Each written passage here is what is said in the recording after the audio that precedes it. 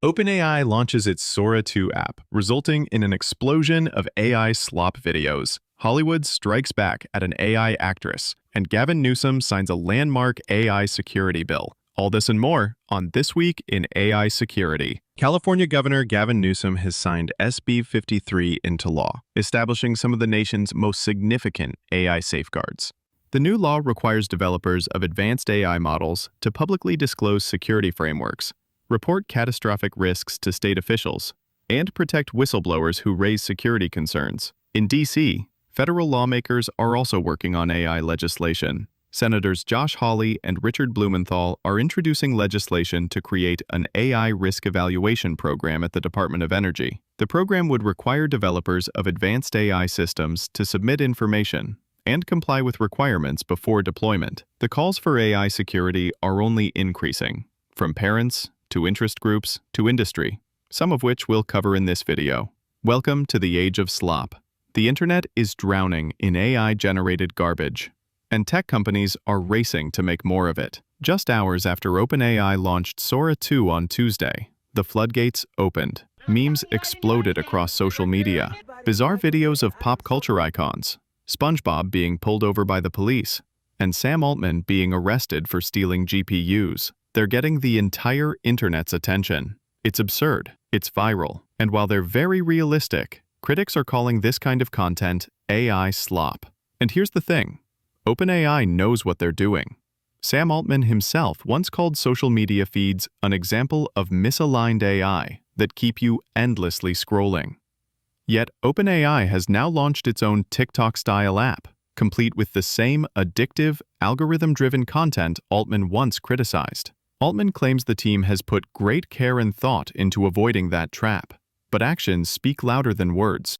5 days before Sora launched, Meta released Vibes, its own AI-powered short-form video app. Chinese competitors like ByteDance are also racing to dominate this space. The competition is fierce, and the strategy is clear. Hook users with free, viral AI content, collect massive amounts of data, and figure out monetization later. Meanwhile, our feeds fill up with low-quality, bizarre, attention-grabbing AI videos. The more we scroll, the more we become used to AI clickbait.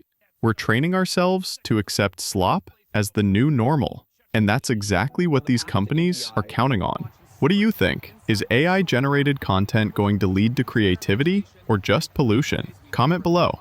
Hollywood isn't about to embrace the AI video revolution anytime soon. In fact, Hollywood is striking back. Meet Tilly Norwood.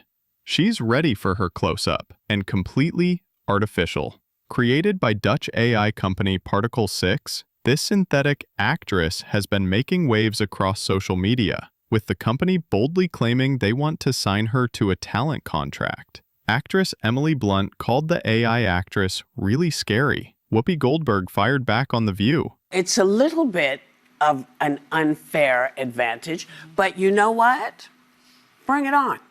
Yeah. Because you can always tell them from us. Yeah. We move differently, our faces move differently, our bodies move differently, and maybe in 2 or 3 years it'll be seamless, but it's not seamless yet. Yeah. And Gersh agency president Leslie Siebert called the whole thing frightening, making it clear her agency will not be signing on any AI talent. The strongest voice has been SAG-AFTRA President Sean Astin, who issued an official statement declaring that Tilly Norwood is not an actor, and that creativity is and should remain human-centered. Even legendary director James Cameron is weighing in. The Avatar mastermind sees potential in AI for reducing VFX costs. I think Gen AI does offer a lot of potentialities and a lot of threats to our creative purpose in life. I think a lot of things are going to change over the next few years. I don't think what's going to ultimately change for me is storytelling with actors. I don't want an AI model to write my scripts for me. I have a very particular, I think any good screenwriter has a particular lens on the world, a unique lived experience, and that's what they're there to express. That's what directors do, that's what actors do.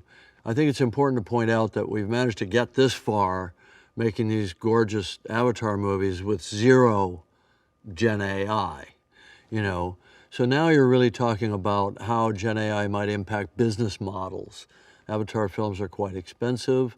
If we could use generative AI, and I don't know the answer to this, if we could use it to be more efficient, to bring costs down in VFX, then more films like Avatar, more fantastic films, science fiction films, films that use a lot of VFX, maybe even historical dramas that need VFX to create a different world than the one we live in right now.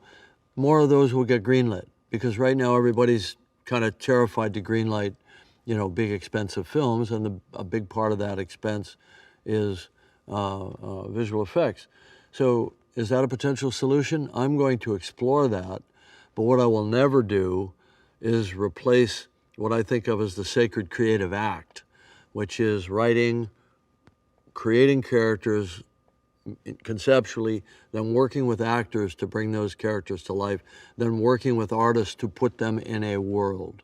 For me, that must never change. SAG-AFTRA, Hollywood's actors union, is negotiating protective agreements with AI companies to ensure actors' likenesses, voices, and performances cannot be exploited without informed consent and fair compensation. It's a critical defense against AI-generated digital clones of stars like Jenna Ortega or Arnold Schwarzenegger. The urgency has intensified, as AI firms argue that their generated videos fall under fair use, even when they closely resemble real actors and copyrighted characters, blurring the lines between imitation and originality. Still, Hollywood's message is clear. AI might change the tools, but it will never replace the artists. What do you think? Is AI the future of filmmaking or a threat to creativity? Comment below.